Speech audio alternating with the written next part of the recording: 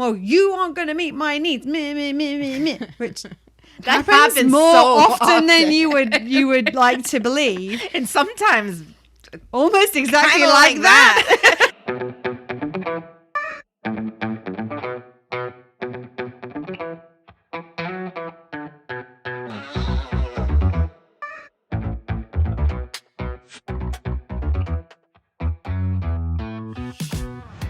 Hello, hello, hello, and welcome to Well Shit. It really is that simple.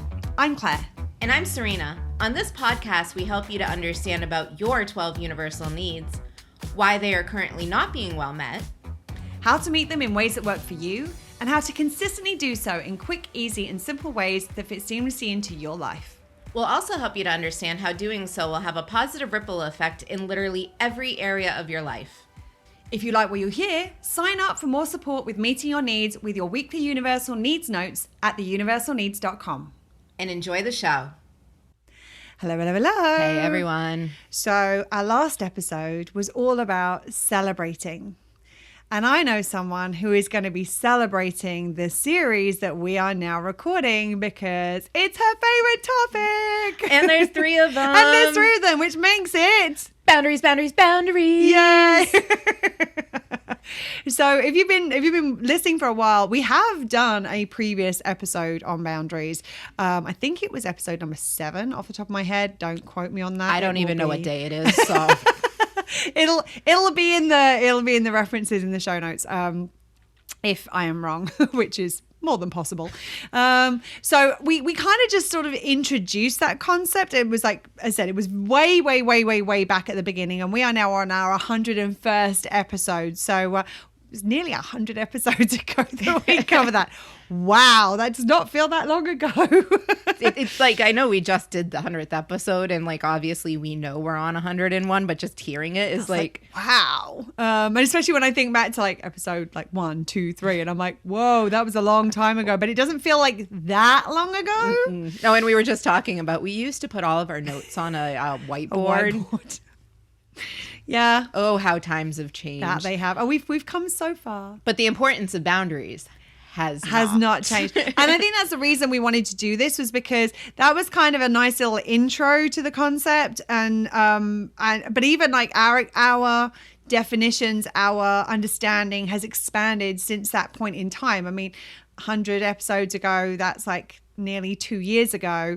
I mean, our definitions probably changed 2 weeks ago. Like they change pretty frequently. Constantly they get evolving. updated and evolved and tweaked and what have you. And we've had a lot of our group members and our viewers wanting to hear a little bit more about the boundaries thing, because the concept is simple, but actually enacting boundaries, and as somebody who, like, this is one of my favorite things, because I realized, like, I didn't have boundaries. Now before. It's one of her favorite things. Like, I'm like, yeah, I'm going to put a boundary down. Like, let's do this. But yeah, for a long time, like, both of us were very, very bad at boundaries.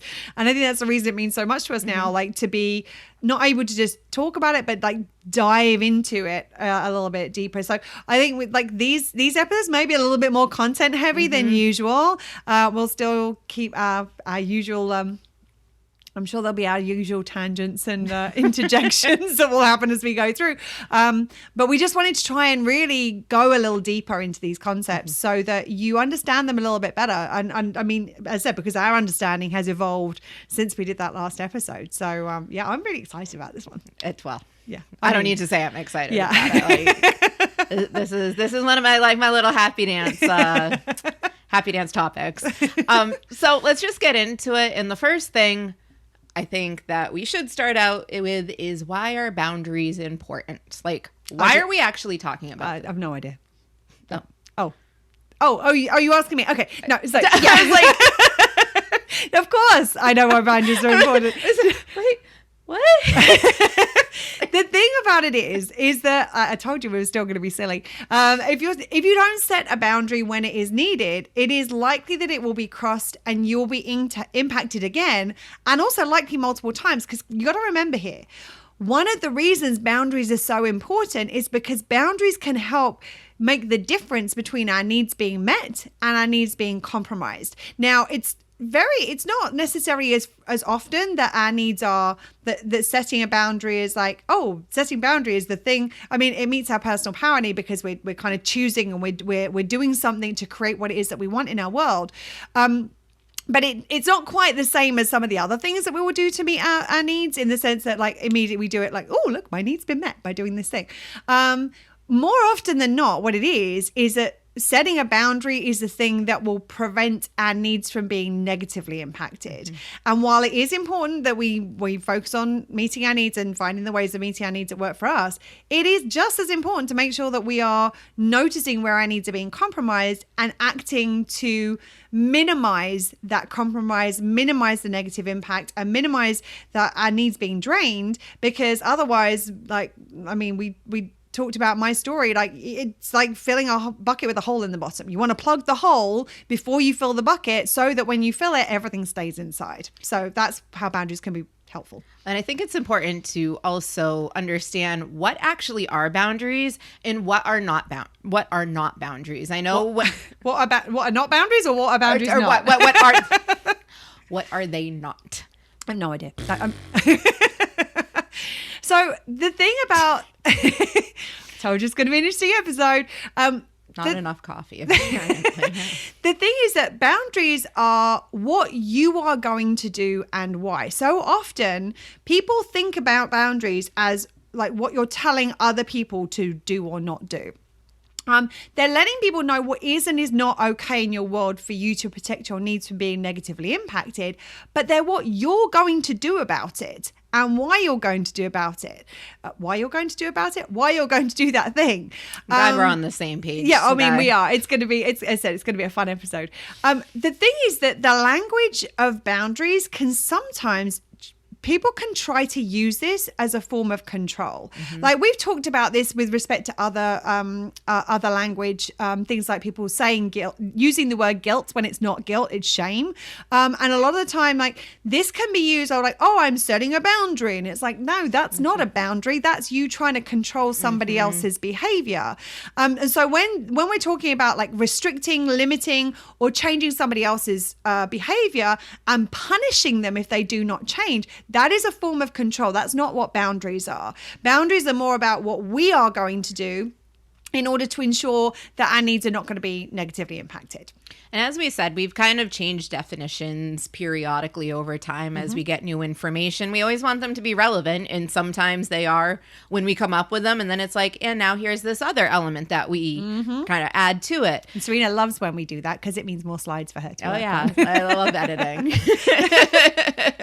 So I want to make sure that we have what the most up-to-date definition of boundaries is for us right now. Because I think that's important to really understand, like, what exactly are we talking about?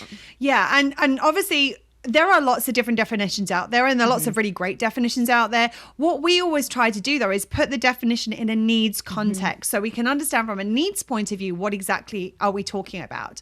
So a boundary is something that you put in place to ensure that your needs don't get negatively impacted. And as I said, one of the components is the choices or actions that you will take to ensure your needs don't get negatively impacted. For example, walking away, ending a conversation, refusing to continue a conversation until something has happened because that's the thing that you need. And you're not going to continue the conversation unless this thing is like an apology or whatever it is. So they're what you need to do to keep things in alignment for yourself. They are self-first ways of meeting needs. They are prioritizing what you need at the minimum in ways that do not harm others. Now, that harm is really important. We'll come back to that in just a second. So at the minimum, ways that do not harm others and their needs or the needs ecosystem, and sometimes in ways that benefit others and their needs or the needs ecosystem. Now, the issue in this often is this concept of harm. Now, as we have said multiple times in the past, there is a big difference between not meeting somebody's needs for them and doing them harm. There is a difference between your needs being compromised and honestly, not being able to do whatever the fuck you want. Like, that's not the same thing. Like, having to operate in a way which is respectful of other people is not harming you. But for those who have for a while felt entitled to do whatever they want, whenever they want, however they want, irrespective, that can feel like, hold on, you're constricting me. And it's like, no, we're just not allowing you to do harm anymore. So the key thing with boundaries, it's about what you will do, not what other people must do. It's like, how are you going to respond if somebody does this or if somebody does that? Okay, if you're going to do that, okay, no problem. But I'm going to leave. So it's like making sure that the focus is on what it is that we're going to be doing in the situation.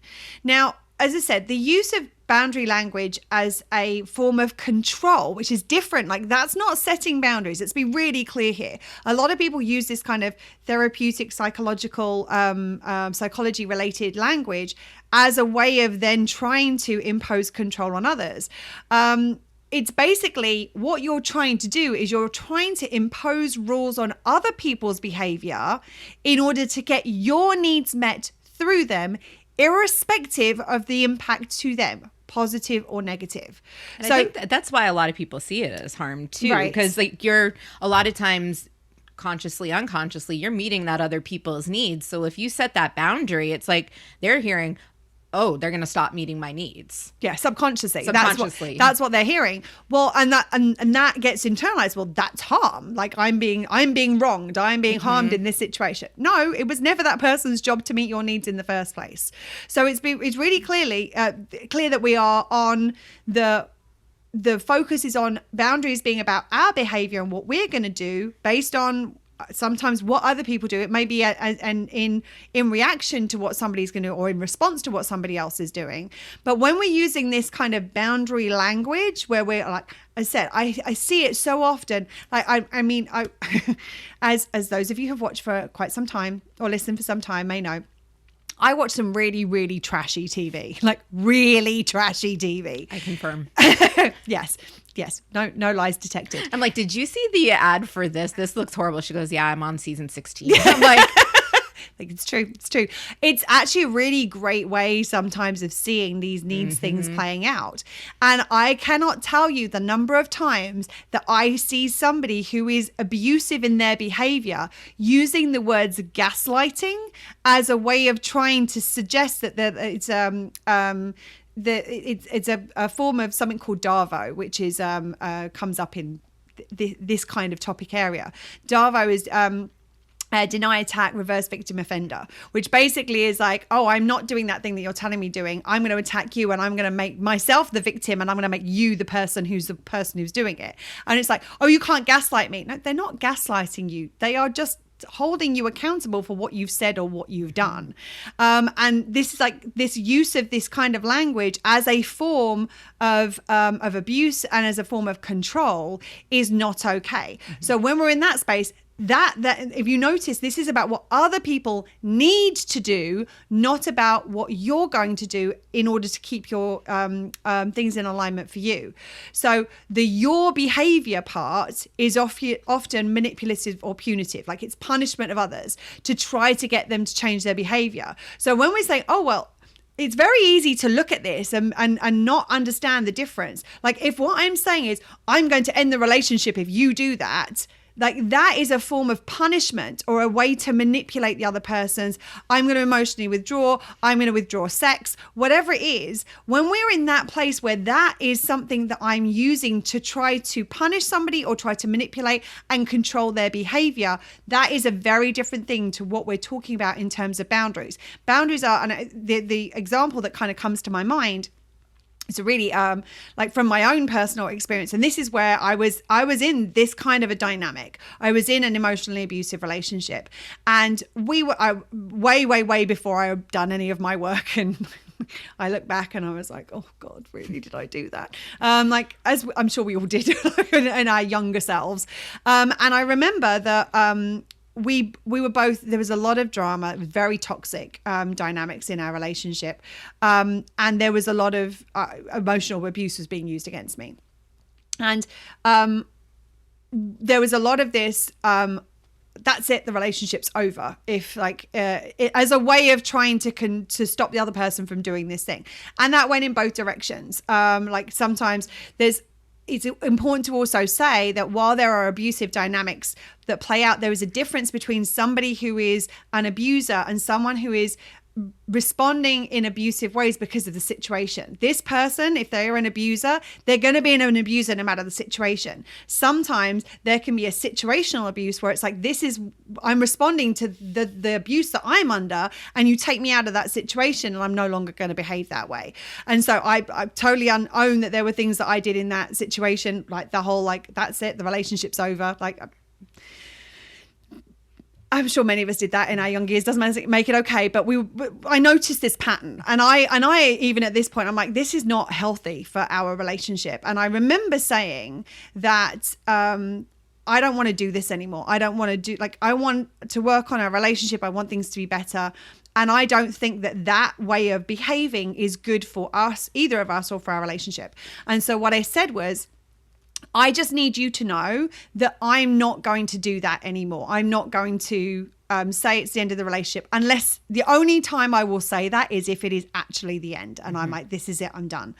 And I'm going to request that of you. Like, I'm just going to let you know, if you say the relationship is over, I'm going to take that as the relationship is over. There's no coming back from that on either side. I wasn't like, oh, well, you can't do it, but I can. I'm like, no, this is like, this is not a good behavior pattern. And I remember that we both agreed to it. It was a big thing. And then I won't go into the full story because it's a very, very long story. But we were in a situation where his behavior shifted. We were driving on our way somewhere, and I was confused. I wasn't sure what was happening or why, and I was asking why, and he started driving back home very fast. And I was like, okay, where are we going? So we were supposed to be going somewhere. We were on our way somewhere, and we were heading in the wrong direction. And he said, I won't say the exact words, but he basically said, I'm taking you home. You're going to pack and you're going to leave.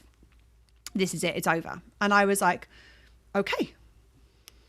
Sad, because obviously, while it was a very toxic relationship, there were feelings involved. And I was like, I'd set that boundary. I didn't even know it was a boundary. I don't think I'd even knew the word boundary at that point in my life. But I was like, I've said that this is the end. If this is what happens, I have to stay true to that. Otherwise, this toxic dynamic is going to continue. And so that's what I did. I packed my stuff and I left, and off I went home, back to my other place, my place where I was living.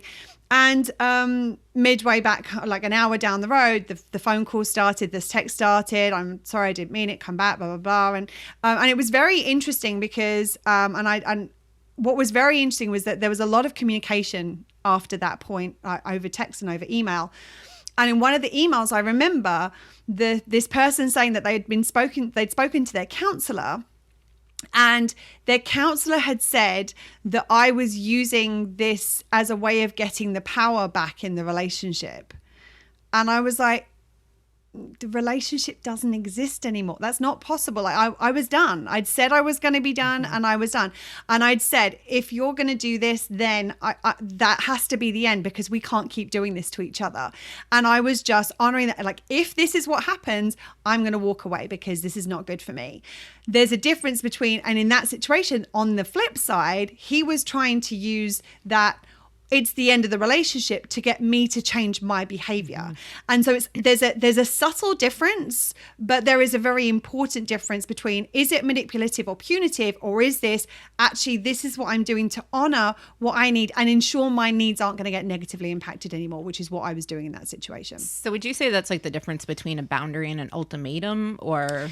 I think it's the difference between a boundary and because I don't think it's always in an ultimatum format. Well, and I think there's nuance. Surprisingly enough.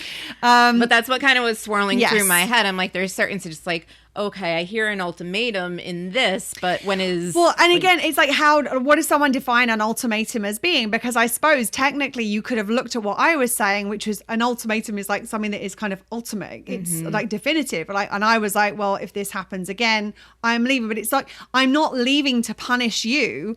I'm not leaving to change your behavior. I'm leaving to stop my needs from being negatively impacted anymore. So like, I can see why that question might come up, but I'm like, I wouldn't want to label it as that. I think it's the difference between like setting boundaries and trying to control somebody else's behavior. I think that's the difference, because that could be in that divinity. There's lots of different ways this shows up, and not all of them would necessarily look like an ultimatum. So that makes sense.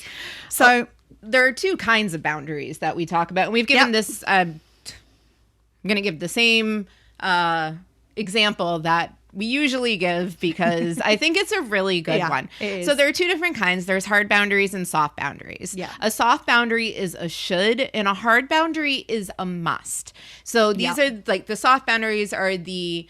I'm going to give the example of time. It's like an ideal world also. Yes. Like soft boundaries is ideally this, hard boundary is it has to be that. This. Yeah. So we do this often with our schedules. Like I'll come in and I'll be like, okay, I have a soft boundary today of 5 o'clock because I have I actually think we have this example further down in the notes, but go right ahead. Oh. Alrighty then. Look at me ahead of the game. Yay. But so my soft boundary is, or I have something to do at 7. Soft boundary is I'd like to be done at 5. So I have 2 hours to get ready, go out, do my things. I have to be done by 6 to make sure that my needs aren't compromised, so I can do my thing at 7. Yes. Now, when that 5 o'clock comes up, normally what will happen, like there's some times where I'm like, okay, it's 5 o'clock. Where are we at? Like, this is where I'm at. There's some times where I totally just kind of lose track of things. And Claire will come to me and be like, hey, it's 5 o'clock. I just wanted to check in with you. Right. And that's something that is so much appreciated, especially with how scattered I can be sometimes. Like somebody else kind of being like, you've stated I've the boundary. So and it's like the soft boundary is like, at this point, like I'm going to check in and see whether this is something. The hard boundary is I'm leaving at 6 o'clock. So again, it's like, what is Serena's behavior in that? Like the soft boundary is like, once we hit this point, and this is like the time boundary is an easier thing to kind of look at, because it doesn't seem to be like one person versus another. It's just like, this is just an arbitrary point in time. And it's like, at this point, I'm going to review the situation and be like, okay, do I need to leave now? Does it serve me better to leave now? Does it serve me better to stay? And sort of see which is best. The hard boundary is, it doesn't matter where we're at this point. At 6 p.m., I'm walking out of the door. And that is like a big differentiator between those two. And as somebody like, and we'll get into kind of more, this is more about like, what is boundaries this episode? We'll get more into kind of the interaction around boundaries. But one of the things that actually builds trust in relationship is, a lot of the time people see boundaries as something that one person sets that is kind of to the detriment of the other person. Like I can imagine someone being like, oh, well, like if in this situation, other people might be like, well, she's setting a time, but well, what if we're not done by work by 6? Like it's like, that's something that is against what I need or what the business needs or what have you. No, I know that Serena wants to do whatever is necessary with the business, and I want her to have what she needs to be able to do that. So one of the things that builds trust is like when somebody shares what their boundaries are, by proactively honoring them, like not waiting until they're crossed, not waiting until they're communicated, not waiting until that point, but proactively going to the person and said, hey, you said this is a boundary. I just want to check in with you. It shows that respect, and that there is a level of care and a desire for them to have their boundaries honored, which is really important. There's also a really important difference between boundaries and preferences. Yes. Like I think that's something that the two words can kind of intermingle with each other, and they can really get confused. Yeah, they can really cloudy each other up because they are two separate things. Yes. So the boundary is going to be what is and is not okay. Right. So, and what you're going to do in response to what is or is not okay. Yes. And the preference is what we would like ideally, but it's not necessarily the deal breaker. It's like, this would be great if it works out this way. And it's not that hard boundary of like, this has to happen. And if this doesn't happen, here's what I'm going to do, which is where also, and I think that a lot of people, again, we're going to get into this, like communicating about boundaries. I think a lot of people are really afraid of communicating their boundaries because they're afraid of how other people are going to react. And so they word it like it's a preference. And I did that when I first started setting boundaries. And then it's kind of like, well, if it works for you too. And it's like, that's not how a boundary works. like we might want to find a way of setting a boundary that works for both people. So it's like that's a different thing. But if you word it in the sense like ideally I'd like this to happen. If it doesn't happen, there isn't that. Here's what it's not. This is what I need, and here's what I'm going to do if that doesn't happen, which is the boundary piece, in order to ensure that my needs don't get negatively impacted. It makes it very, very easy for someone to be like, oh, well, it's like, it obviously wasn't that big of a deal because they just said in an ideal world. It may, and it's not, how often is it actually an ideal world? How often do we actually be like, yes, everything is exactly ideally as I want it to be? And so what that means is that person can be like, well, it's not ideal, so I guess it doesn't matter if it doesn't happen that way. So I think that one of the other things that comes up around boundaries is boundaries are a very emotional and charged topic. You get the feels with boundaries. Oh, yes. And the challenge is that people think that the feelings are the actions of the boundary being crossed. So it's like, if you do this, I'm going to be pissed. I'm pissed is not the thing you're going to do if the boundary is crossed. It's the way you're going to feel for having your boundary crossed. You need to be very clear on the difference between how you will feel and what you will do to preserve your boundary. There is a big distinction between those things. And I think this is, again, where that we end up like moving into that kind of control thing where it's like, if you do this, it's going to make me angry. So it sounds very much like if you do this, there's going to be a punishment, even if that punishment is just, you've got to deal with me being in an angry state. And so it's like, it's very important to recognize that feelings are not actions, that we can say, I feel this way because you crossed this boundary. That might be part of a conversation that happens about what happened, but that is not the action that you're going to take. And there's a big difference between the two. The other thing is that if you feel a kind of way about somebody else setting a boundary, as long as it is a boundary and not control, it's because you had expectations of them meeting your needs in a certain way. And that boundary is going to prevent them meeting your needs in a certain way.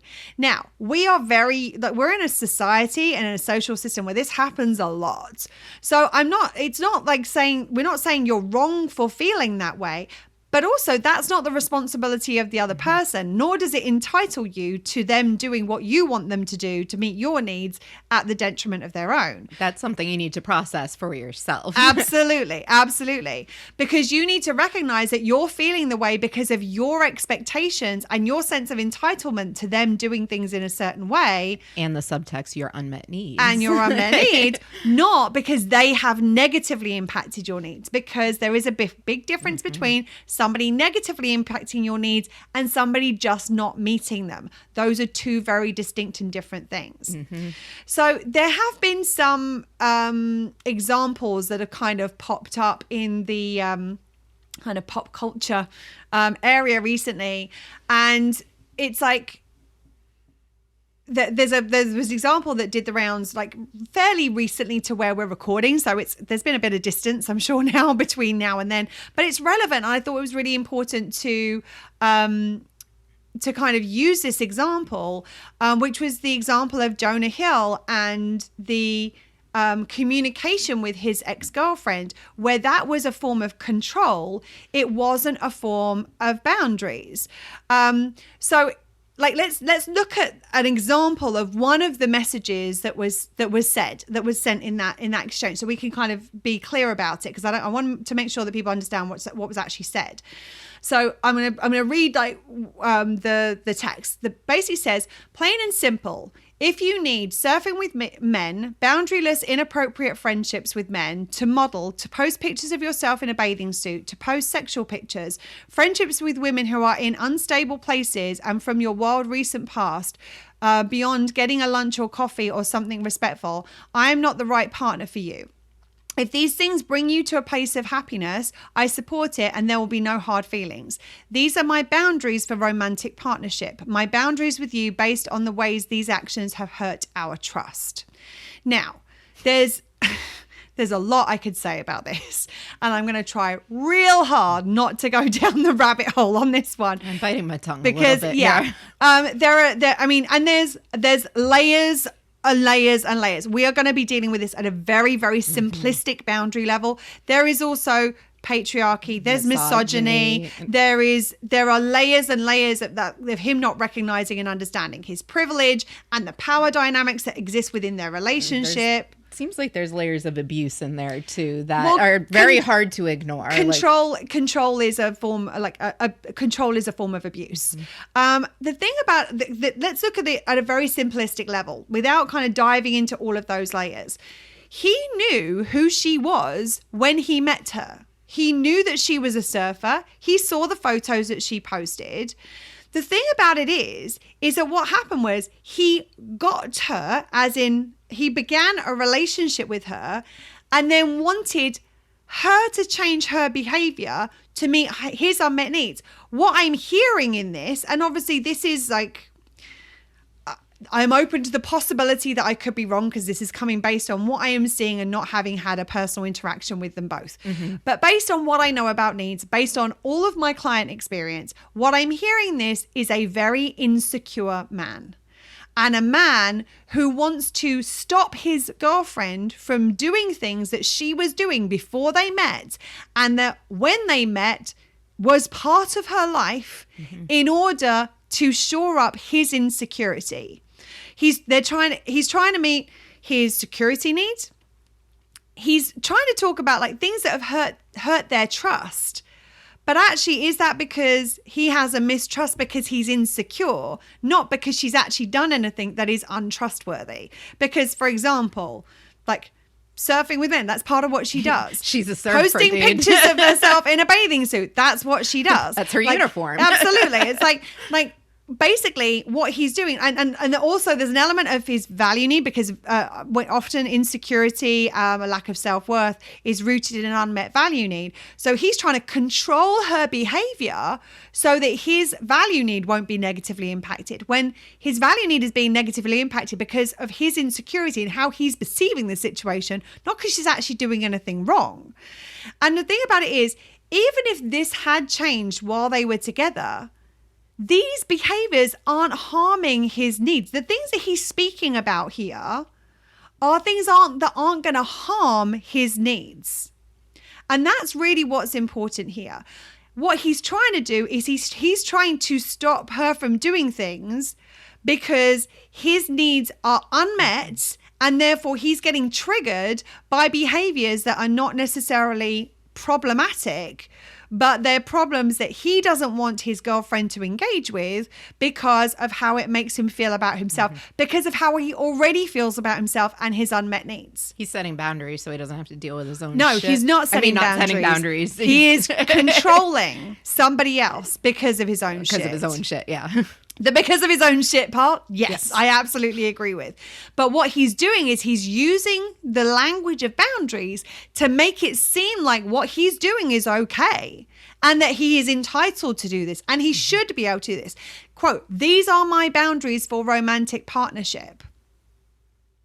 He's making it sound like he is entitled to do this. And the thing about it is that when we are in relationship, it is very important for us to establish together, to create what is and what is not okay in our relationship. What do we want in our relationship? What do we not want in our relationship? Blah, blah, blah, blah, blah, blah, blah.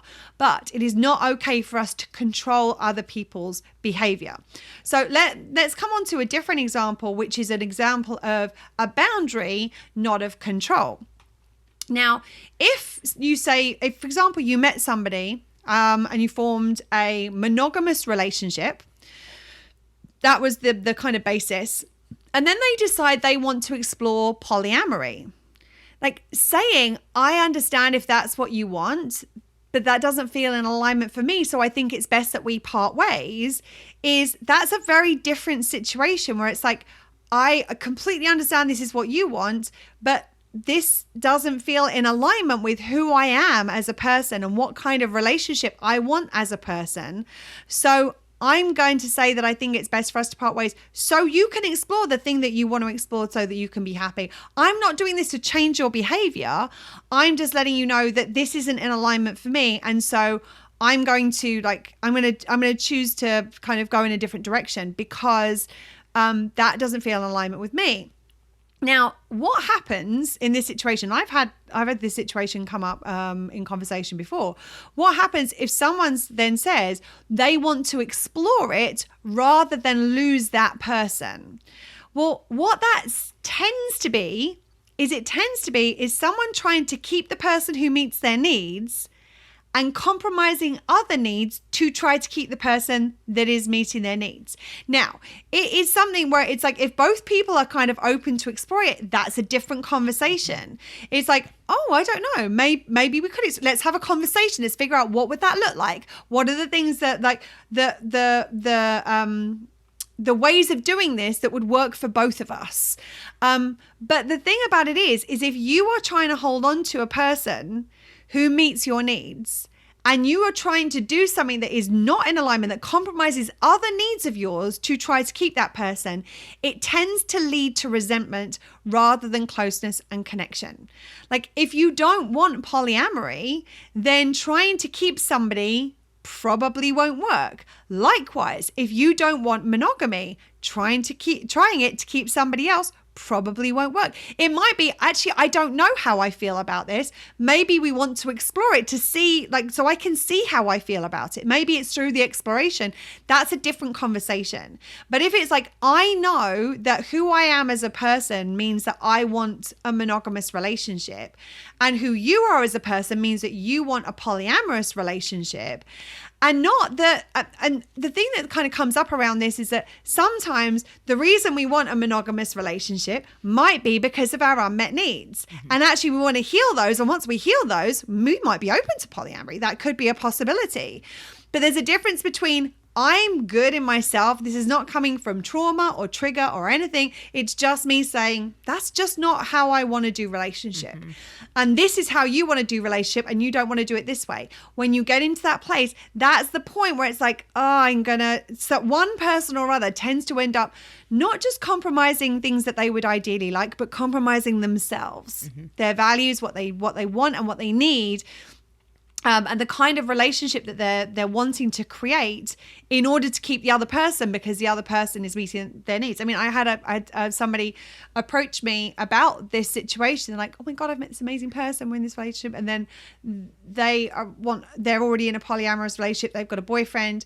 I don't want to lose her, so I'm thinking about trying it. And it's like, that, like, and I said, like, do you want a polyamorous relationship? Yes or no? Or I don't know. Like, there is another option here where it's like, and it's like, it was a hard no. I don't want that. It wasn't, I don't know, like I'm open to potentially considering it. It was just hard no. And I was like, it's because this person that you've met is meeting needs that you don't currently know how to meet for yourself. And if you sacrifice this thing that you know is a hard no for you to try to keep them around, then that's going to end up leading to resentment eventually in some way, shape or form, which will erode the relationship, which means chance of it lasting long term is very remote. But that's like a very different example where this is like, how do we, what is like honoring ourselves and creating a boundary that honors ourselves and ensures that our needs are not going to be negatively impacted, And instead, I'm going to do this to try to control your behavior. And normally I'm going to try and control your behavior because I not only do I want to try and control your behavior to meet my needs, but you being around meets my needs. So I don't want you going anywhere. So I'm not going to let you leave and make it easy for you to go. I'm going to instead try and keep you, and I'm going to control you so that you don't. No, well, that's a clusterfuck. Nothing about that is going to lead to a constructive, mutually supportive relationship. Well, and when we get into examples, relationships are always hard, like any interpersonal relationships, because there is that layer. I mean, there's nuance in everything, but there tends to be a... Really? You don't say. I didn't know that. Yeah. So I'm going to bring it back to basics for a second, and we're going to go back to that time boundary example, because I feel like that's something that most people can use in their lives. We've all had places we need to be for certain times, and we've all been in situations where we're like, I need to go. Stay. Yeah. The first thing I want to say, if you have a boundary, state it, communicate it, because if you don't communicate it, like yes, and in the time situation, yes, and all right, let's see where this is going. Yes, and we're going to cover this in kind of subsequent episodes. Like for example, if you are with somebody who it is safe for you to communicate your boundaries to. Like, for example, if I'm in a bar and there's a guy who is like hitting on me and I have no interest and I'm like trying to, and I've got a hard boundary of 8 and 8 comes along, I might be like, oh, I've got to go to the bathroom, bye, and off I go. Mm-hmm. So yes, and like, I think that there are generally speaking, especially where we're in close relationship, friendship, intimate relationship, family relationship, if it is, but even like that, if you're with somebody, like I'm thinking about a family relationship, if you're in a family relationship with somebody who does not respect boundaries, and you are in that position where it's like, I have a hard boundary at 8, but if I communicate that I've got a hard boundary at 8, how this person is going to respond to me is going to compromise my needs over and over and over and over again. Actually, it might be easier to just like, oh, I'm so sorry. I just noticed the time. It's been so great seeing you. I'll see you again soon. Bye. So yes. And yes, generally speaking, in most mutually supportive relationships, that's a really good idea. And I don't want to create any kind of hard and fast rules. It's like, well, Claire and Serena said I had to communicate my boundaries. Oh, fair enough. Yeah, I think where this one's the work situation, it's like, if I don't tell Claire that I have a hard boundary, like it just makes things more complicated than they need to be. So using the... And also, I'm somebody who wants to respect your boundaries, and I want you to get what you need, not just worrying about what I need, because my needs are already met, so I don't need Serena to meet them. How about that one? Funny how that works. So we're going to give the time boundary example, and we're going to break it down into 3 different sections, because we've talked about the difference between boundaries and control, the feels about it. So do you want to... Yeah, so let's look at 3 different scenarios. We'll look at a work situation where there is a time boundary. We'll look at a personal situation, because sometimes, because the responsibilities are different in those different contexts, we want to make sure that we are communicating around how that might be slightly different. And then we'll look at a personal situation where there's a control element. So the first situation is a work situation. So for example, Serena might say to me, I've got a hard stop at 7. And I was like, oh, I was hoping that my response to that might be, I was hoping we were going to work until 8. So I can communicate what's there for me. I'm not saying you can't leave at 7. And I could be like, oh, I was hoping we were going to work till 8. Serena then come back to me could be like, well, why were you hoping we were going to work till 8? And I could be like, well, because there's work to be done. Like we've got this project that we're trying to get this finished, and we're not going to be able to be done by 7. In which case, okay, so I have a hard stop at 7. We have this work that needs to be done. My ideal, like what I was hoping for, that we were going to be able to work until 8. But then it was like, well, when are we going to do it? Let's find a time. Let's create a time. Let's Maybe we start an hour earlier tomorrow. Maybe we shift and add an extra period of time that we're going to work together later in the week. Is that something we can do separately? Do we need to be together for that? There's lots of different conversations that can happen around that. So Serena could be like, hard stop at 7. I need to leave by 7. You can still have a conversation about it. It doesn't have to be hard stop at 7. Okay. Mm-hmm. Like, and in a work context, because there are different responsibilities, Serena has a responsibility to her work and she honors that. Like, she wants to hold that responsibility.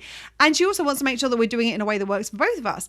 But my focus is, okay, how do we then honor your hard stop and the other thing that we want to get done as well? Because that's how do we like make it work for both. Make it work for both parties without compromising the boundary. Mm-hmm. And the truth of the matter is, like, I mean, I know that I would never do that. I mean, this conversation is kind of weird, like reading it out in our context, because I can't imagine that would ever happen. I might be like, when are we going to, I would probably shortcut a bunch of this and be like, okay, I thought we were going to finish this tonight. When else can we figure? It wouldn't even cross my mind to question a hard boundary if it was set, but I can see how this could play out with different people. Yes. So let's use a personal example, because again, the responsibilities are different if it's a personal situation versus a work situation. And we wanted to respect those kind of two being different. So take the same scenario. Serena and I are hanging out together. I've got a hard stop at 7. And I could be like, well, I was hoping we were going to talk until 8. I was basically in that situation. What I'm saying is, I want to talk to you to meet my needs.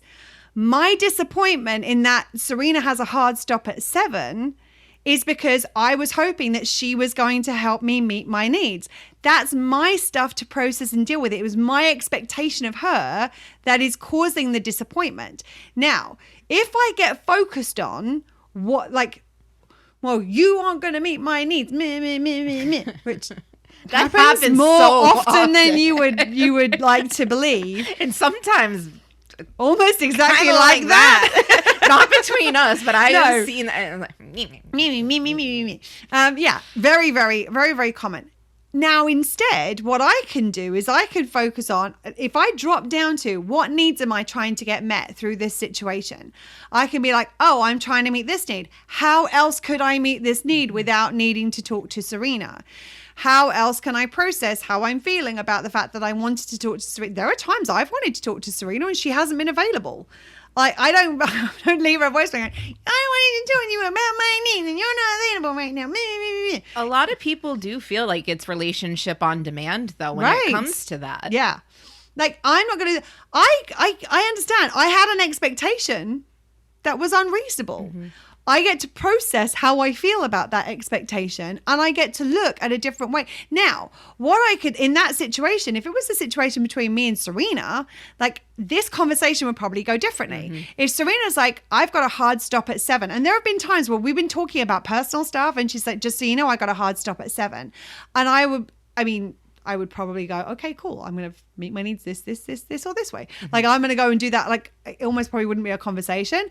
It might be that I'm like, hey, there's something I want to get your thoughts on. Like, I respect Serena's, value Serena's opinion. Like, I would like to get your insight on this if you're willing to share it with me.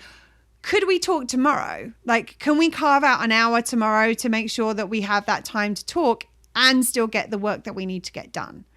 And one thing I want to tack onto this one, if you're having feels about somebody's boundaries, you probably do need to process it. Like, I think that's a step that people are like... Okay, I'm going to step back from that. If you're having feels, you need to process it. Yeah. Like, period. No matter whether those feels are valid or whether they're because you've had unreasonable expectations, if you have feels, processing it is the way forward, like, generally speaking. If you have feels about somebody else's boundaries, process how you are feeling first. That is the most important thing. And then look at, okay, did I have an unreasonable expectation of this other person doing something for me? Have I responded badly to them because I had an unreasonable expectation, because that's where drop into the apology series, the apology blueprint right there. I'm so sorry. I realized that I had an reasonable expectation that you were going to do this to meet my needs. I responded poorly to you as a result. I take full responsibility for that. Can I give you a hug, or whatever, make amends? Just, I'm making note of this so that I don't repeat this thing in the future. Like go through the steps of the apology blueprint. But that's the thing for you to then start looking at yourself and being like, okay, 1, where did I have an unreasonable expectation? 2, how can I meet this for myself? How can I do this? Or how can I do it with somebody else? Like, it doesn't have to be Serena. Like, I had a situation, I can't think when it was, like not Saturday, just gone Saturday before. I was having a shitty night. And Serena's normally the person I would be like, like I'd vent it out, so that I can just get it out of my system. And tell somebody about it. Serena was going through her grief with Larry. Like, she wasn't available. She could have been available. It didn't feel important enough what I was dealing with to even ask whether she was available. So I sent a voice note to another friend of mine. Hey, that's what we do. We share voice notes about what's going on, and I got to get it out of my system. Okay, much better. I didn't need that other friend to even be available. I could just do it on a voice note. I got it out of my system. So there's so many, once we start to understand, 1, why are we reacting to, why have we got a feeling about somebody else's boundaries? It could just be, I'm disappointed about something because this is my preference for how I'm going to get my need met. And actually I'm not getting my preference. Okay. I was putting my preference on somebody else. I was expecting somebody else to match to meet my preference for me. And in actual fact, that's not their job. That's not their responsibility. But now I know what the need is. And now I can look, what are the other ways I could do this? I know what I need now. How else can I do this so that I can still fulfill my needs, but I'm not going to be responding poorly to somebody else's boundaries, which they have every right to articulate and to set and enforce. So, third option, which is the personal control variant of this, which is where somebody says, I've got a hard stop at 7, and the other person says, I need to speak to you until 8. If you don't, I'm not going to speak to you anymore. Well, that sounds like a fun friendship. But legitimately, and it's an extreme example, but there are people who will be like, they would ghost somebody if they did that. Because they would be like, they've hurt me. There would be a retaliatory energy. Yep. They haven't hurt you. They just haven't prioritized your needs over their own. And that's basically what we're doing. When we want someone to compromise their boundaries to meet our needs, we are saying we want them to compromise their needs to prioritize meeting our needs. That is not okay. And it is definitely not a self-first way of approaching the meeting of needs. Nope. So this is just kind of in like let's set the stage. Let's start setting some understanding of what exactly boundaries are. What are the different variants? What are the things that kind of can come up when we start talking about boundaries? And then we're going to be diving deeper into these in the subsequent episodes, where we're going to get a little bit more into the kind of interpersonal element of them. Because normally if there are boundaries, it's because there's an interpersonal element. It is possible that you need to set boundaries with yourself. That is valid. But a lot of the time it's also involving other people as well. So it helps to know how we can kind of have those conversations and that communication. Anything you want to add? No, we got 2 more of these. Boundaries. That's what I thought you were going to add. It was only right that we finish with the boundaries. So thank you for listening. Thank you for watching. Thank you for being here with us. If there's something that we've kind of touched on today and you're like, oh, I don't understand this, or can you go into that a little bit more? Let us know. Get in touch, and we will add another boundaries episode to our plate. As Serena said, as we began today, she said, I doubt this is going to be the last episode we're ever going to do on boundaries. I'm like, yeah, I think you could be right. Could be right there. So come back next week where we'll have the next one in our series. Between now and then, remember to stay safe, to take care of yourself, and between now and then, continue to meet your own needs. Lots of love. Bye. Bye, friends. That's it for today. If you like what you heard and would like to see some of Serena's awesome facial expressions, check out the video podcast on YouTube. And remember, A boundary is something you put in place to ensure your needs don't get negatively impacted. And one of the components is the choices or actions that you will take to ensure your needs don't get negatively impacted. Well, shit. It really is that simple.